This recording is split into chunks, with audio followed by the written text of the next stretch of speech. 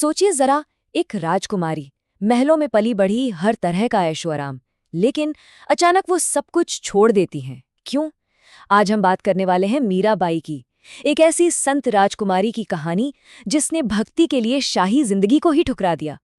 तो सवाल यही उठता है ना, कि आखिर ऐसा क्या हुआ कि एक राजकुमारी ने अपना राजपाट, अपना परिवार, सब कुछ, मतलब हर सुख त्याग दिया।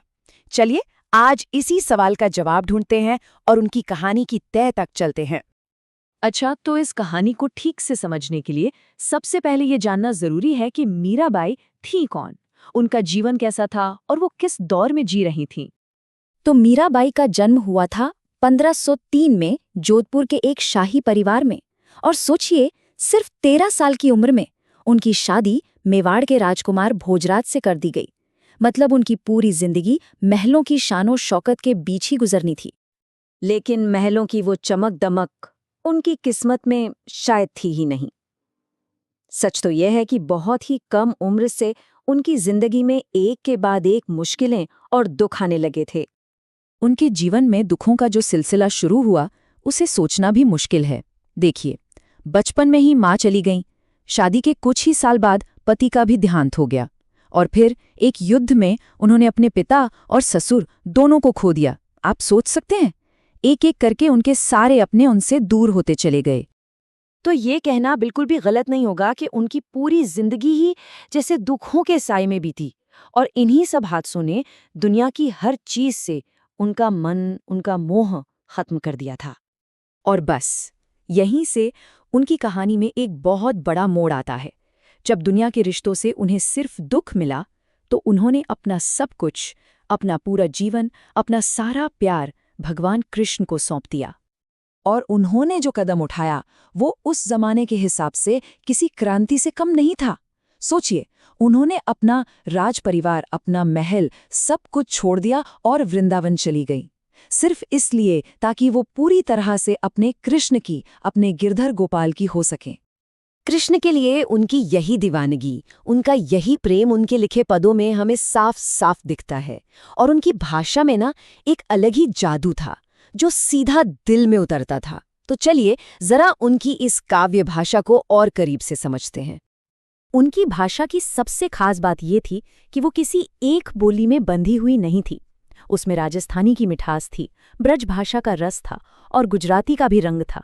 अरे इतना ही नहीं, पंजाबी और खड़ी बोली के शब्द भी मिल जाते हैं। और भाषाओं के इसी मेल ने उनके पदों को इतना मशहूर कर दिया कि वो राजस्थान से लेकर बंगाल तक हर जगह गाए जाने लगे। तो अब उनकी भक्ति कितनी गहरी थी, इसे और अच्छे से समझने के लिए चलिए उनके दो बहुत ही मशहूर पदों को देखते हैं और उनका मतलब समझते हैं। तो पहला पद जो है वो असल में एक पुकार है, एक गुहार है। मीरा कृष्ण से कह रही हैं, हे हरि, आप तो हमेशा से ही अपने भक्तों के दुख दूर करते आए हैं। एक तरह से वो कृष्ण को उनकी ही ताकत याद दिला रही हैं।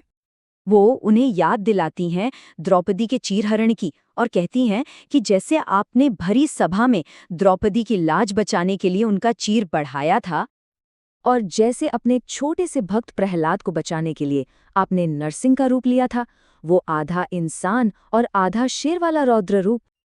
और याद है कैसे आपने डूबते हुए गजराज को मगरमच्छ से बचाकर उसके सारे दुख खत्म कर दिए थे। तो ये सारे उदाहरण देकर मीरा आखिर में कहती हैं, हे गिरधर, ठीक वैसे ही आज आपकी ये दासी भी दुख में है, मेरे भी दुखों को दूर करो। ये एक भक्त की अपने भगवान से एकदम सीधी, सरल और दिल से निकली हुई आवाज है। चलिए अब देखते हैं उनका दूसरा पद। और यहाँ ना भक्ति का एक बिल्कुल ही अलग रंग नजर आता है। इस पद में मीरा कृष्ण से कुछ मांग नहीं रही हैं, बल्कि वो तो बस उनकी दासी, उनकी सेविका बनकर रहना चाहती हैं। इससे पता चलता है कि उनका समर्पण कितना गहरा था। वो क्या कहती हैं, देखिए। वो कहती हैं कि मैं आपकी दासी बनकर बाग लगाऊंगी ताकि रोज सुबह आपके दर्शन कर सकूं। वृंदावन की गलियों में आपके भजन गाऊंगी। यहाँ तक कि एक ऊंचा सा महल भी बनाऊंगी, बस इसलिए कि उसकी खिड़कियों से अपने श्याम की एक झलक देख सकूं। और तो और वो आधी रात को भी यमुना किनारे उनसे मिलने को तैयार हैं। और इसी पद में मीरा ने कृष्ण के रूप का इतना सुंदर, इतना प्यारा वर्णन किया है। वो कहती हैं कि उनके सांवले सलोने श्याम के सिर पर मोर का मुकुट है, शरीर पर पीले कपड़े हैं और गले में वैजयंती फूलों की माला है। अब यहाँ पीतांबर का मतलब है पीले रंग के कपड़े जो कृष्ण हमेशा पहनते हैं, और वैजंती माला वो जंगल के ऐसे खास फूलों की माला होती है जो कहते हैं कभी मुरझाती नहीं। ये दोनों ही चीजें कृष्ण के दिव्य सौंदर्य को दिखाती हैं। तो देखा आपने, इन दोनों पदों में भक्ति के दो बिल्कुल अलग पर उतने ही गहरे रूप हमें देखने को मिलते हैं। पहला पद जहां अपने दुखों को दूर करने की एक विनती है, वहीं दूसरा पद पूरी तरह से खुद को सौंप देने और सेवा करने की एक गहरी इच्छा है। इन पदों से हमें मीरा की भक्ति और उनकी सोच की एक बहुत ही गहरी झलक मिलती है। तो चलिए अब आखिर में ये समझते हैं कि मीराबाई हमारे लिए क्या छोड़कर गईं और आज भी वो इतनी खास क्यों हैं। देखिए, मीराबाई जो थीं, वो मध्यकालीन भक्ति आंदोलन की सबसे मजबूत आवाजों में से एक थीं। उनके पद सिर्फ कविताएं नहीं थे, वो तो प्यार और समर्पण का एक ऐसा संदेश थे जो पूरे उत्तर भारत में फैल गया। उन्होंने ये साबित कर दिया कि भगवान को पाने के लिए आपको किसी महल या पद की जरूरत नहीं, बस एक सच्चे दिल की जरूरत होती है। और आखिर में बस एक ही सवाल मन में रह जाता है कि ऐसी क्या बात है कि 500 साल बाद भी मीरा के पद आज भी हमारे दिलों को वैसे ही छू जाते हैं? क्यों उनकी आवाज आज भी उतनी ही सच्ची लगती है? शायद इसका जवाब उनकी उसी सच्ची, अटूट भक्ति में छिपा है जो किसी नियम, किसी बंधन को नहीं मानती,